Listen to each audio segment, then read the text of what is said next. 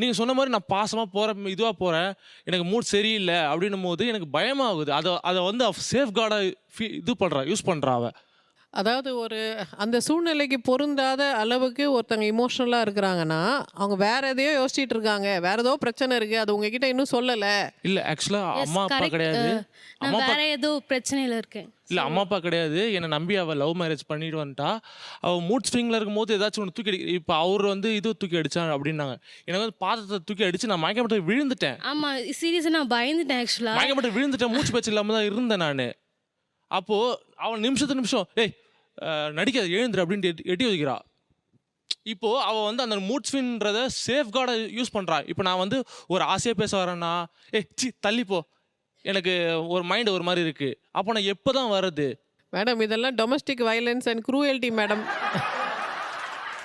இல்லை ஆக்சுவலாக அந்த டைமில் எனக்கு சமைக்கிற ஒர்க் இருக்கும். அந்த டைமில் வந்துட்டு பிடிச்சி ஓப்பனாக சொல்ல போனால் இடுப்பை கீழ்றது.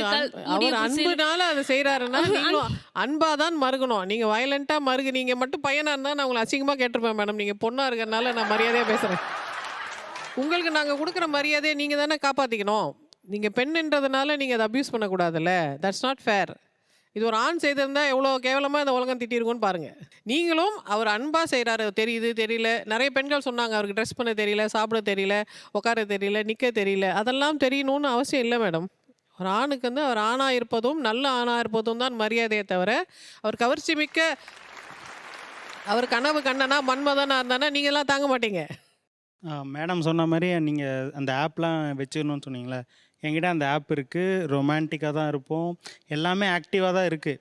ஆனால் ஜாலியாக தான் இருக்கும். சின்ன ஒரு சண்டைக்கு கூட அதை மறந்துட்டு நீ எனக்காக என்ன பண்ண, அப்போ நான் இவ்வளோ நாள் அதை பண்ணது வேஸ்ட்டாக போயிடுதில்ல. ஸோ எல்லாமே நான் பண்ணிட்டு தான் இருக்கேன். ஒரு சின்ன சண்டைக்கு நீ எனக்காக என்ன பண்ணுற அப்படின்னு கேட்கும் போது, அப்போ நம்ம பண்ணது தப்பா கரெக்டா, இதுக்கு மேலே பண்ணணுமா இல்லை பண்ணக்கூடாதா? பேசிக்காக ரொம்ப கன்ஃபியூஸ்டாக இருக்காப்புல. தமிழ் இலக்கியம் வந்து இதுக்கு வச்சிருக்க பேர் வந்து ஊடல். ஊடல்னா தலைவன் தலைவி 2 பேர் சேர்ந்து இருக்கிறாங்க. அப்போ தலைவி வந்து தலைவனோட சண்டை போட்டுகிட்டே இருக்காங்க, ஊடிக்கிட்டே இருக்காங்க. நீ வந்து என்னை கண்டுக்கவே இல்லை, இந்த பாரு அந்த பூ பூத்துருக்கு நீ கண்டுக்கலை, இது அந்த பொண்ணு பார்த்தா நீ சிரிச்சிட்ட, நான் தண்ணி குடிக்கும் போது விக்கல் வந்துச்சு நீ கண்டுக்கலை அப்படின்னு பெண் வந்து சும்மா அந்த ஆணோட லவ்வை டெஸ்ட் பண்ணிகிட்டே இருக்கிறது தான் ஊடல். அப்போது ஆண் என்ன பண்ணணும்னா அந்த பெண்கிட்ட நல்லா ஜாலமாக பேசி, அப்படி இல்லடி செல்லம் என்னடி பாப்பா அப்படின்னு சொல்கிற, நீ என் பேபி இல்லையான்னு சொல்லி அந்த பெண்ணை திரும்ப பண்ணி கொண்டு வரோம். சில சிச்சுவேஷன்ஸ் என்ன ஆகுதுன்னா, ஒய்ஃப் வந்து இந்த மாதிரி ரொம்ப இமோஷனலி அப்செட்டாக இருக்கும்பொழுது அவங்க பேசி அவங்க சில விஷயங்கள் புலம்புறாங்க. இது இப்படி நடந்தது, நீ இப்படி பண்ணிட்ட, உங்கள் வீட்டில் இப்படி சொன்னாங்க, இப்படி சொன்னாங்கன்னா உடனே ஆண்கள் என்ன எங்கள் அம்மாவை சொல்லாத, எங்கள் அப்பா சொல்லாத, என் தங்கச்சி அப்படியெல்லாம் எதுவும் சொல்லாதீங்க. அவங்க என்ன புலம்புனாலும் புலம்பிட்டோம். நீங்கள் ஆக்டிவாக லிசன் பண்ணுங்கள். அப்படியாம்மா, ஓ அப்படி சொல்லிட்டாங்களா, ஓ எனக்கு இப்படி கஷ்டமாக இருந்ததா, ஓஹோ அப்படி சொல்லிட்டாங்களா, அச்சோ அப்படிலாம் நீங்கள் கொஞ்சம் எக்ஸ்ப்ரெஷன் கொடுத்து கொஞ்சம் அவங்கள பேச விட்டுட்டு, ஆமாம் இந்த சூழ்நிலை யாருக்காக இருந்தாலும் இப்படி தான் தோணுன்னு அதை வேலிடேட் பண்ணிவிட்டு அப்புறமா சரிம்மா என்ன பண்ணுறதுன்னு பார்க்கலாம் அப்படின்னு நீங்கள் 3வது தான் சொல்யூஷன் சொல்லணும். ஆண்கள் என்ன பண்ணிட்டோன்னா டக்குன்னு இந்த மிஷின் வேலை செய்யலைன்னா அப்படின்ற மாதிரி இந்த மெக்கானிக்கலாக ஒரு பதில் சொல்லிவிடுவாங்க. அது நீ இப்படி பண்ணியிருக்கலாமேன்னு சொன்னோன்னா அந்த பெண் என்ன சொல்லுவாங்கன்னா, நான் பேசுகிறது கூட நீ கவனிக்க மாட்டியா, அவ்வளோ கூட எனக்கு மரியாதை ஏன்னா அவங்க யோசிப்பாங்க. ஸோ அவங்க 1/2 மணி நேரம் புலம்புனாலும் 1/2 மணி நேரம் நீங்கள் கேட்கணும். நீங்கள் கேட்கலன்னா நாங்கள் கேட்கணும். நாங்கள் கேட்டால் நீங்கள் ஃபீஸ் கொடுக்கணும். அதுக்கு நீங்களே கேட்டுடலாம். ஸோ நீங்கள் கேட்டுட்டு ஆக்டிவாக லிசன் பண்ணி வேலிடேட் பண்ணி ஐ எம் தேர் ஃபார் யூன்னு சொல்லிவிட்டு அதுக்கப்புறம் தான் சொல்யூஷன் ஆஃபர் பண்ணணும். ஸ்ட்ரைட்டாகவே சொல்யூஷன் கொடுக்கக்கூடாது. ஃபஸ்ட்டு லிசன் தான் பண்ணணும். எனக்கு ஒரு விஷயம் சொல்லணும்னு தோணுச்சு. என்னன்னா, ஒரு சின்ன பழைய விஷயங்கள்லாம் கிளறி எடுத்து நீ அதை பண்ணல இதை பண்ணலன்னு சொல்கிறது வந்து அபத்தத்தின் உச்சம். நான் பர்சனலாக ஃபாலோ பண்ணுற ஒன்றுன்னா, ஒரு நாள் என்ன ஒரு கருத்து முரண்பாடு என்ன நடந்தாலும் சரி, எண்ட் ஆஃப் தி டே பெட்டில் போய் தூங்குறதுக்கு முன்னால் சால்வ் பண்ண நினைப்பேன். நான் அதுக்கு பெஸ்ட் எக்ஸாம்பிளாக நான் வைஃப்ட்டு சொல்கிற ஒன்றுனா, ஒரு நாள் சாப்பிட்டுட்டு போட்ட இலையை அடுத்த நாள் எடுத்து பார்த்தோன்னா கண்டிப்பாக துறக்க கூட முடியாது, அவ்வளோ பேடாக ஸ்மெல் எடுக்கும்.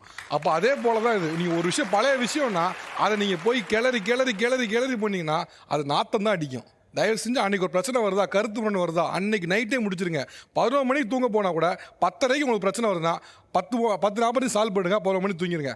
ஒரு நாள் வச்சது நீங்கள் அடுத்த நாள் கொண்டு போகும்போது இதோட வீரியம் தான் ஜாஸ்தி ஆகுது. தயவு செஞ்சு உங்களுக்கு ஒன்று தோணுச்சா, ஃபினிஷ் இட் தேர். இதான் சொல்ல நினச்சேன் காய்ஸ். ரொம்ப நன்றி. நிகழ்ச்சி கலந்து கொண்ட இருவருக்கும் மனமார்ந்த நன்றி. அதே போல் டாக்டர் உங்களோட கிளாரிட்டி ஆஃப் பாயிண்ட்ஸுக்கு ரொம்ப நன்றி. பிகாஸ் இது நான் வந்து சில பாயிண்ட்ஸ் சொல்கிறத காட்டிலும் ஒரு ப்ரொஃபஷனலாக நீங்கள் சொன்ன பாயிண்ட்ஸ் வந்து ரொம்ப வேலிடாக அண்ட் அகைன் நிறைய ஹெல்ப்ஃபுல்லாக இருந்திருக்கும் நினைக்கிறேன். ரொம்ப நன்றி. Thank you doctor.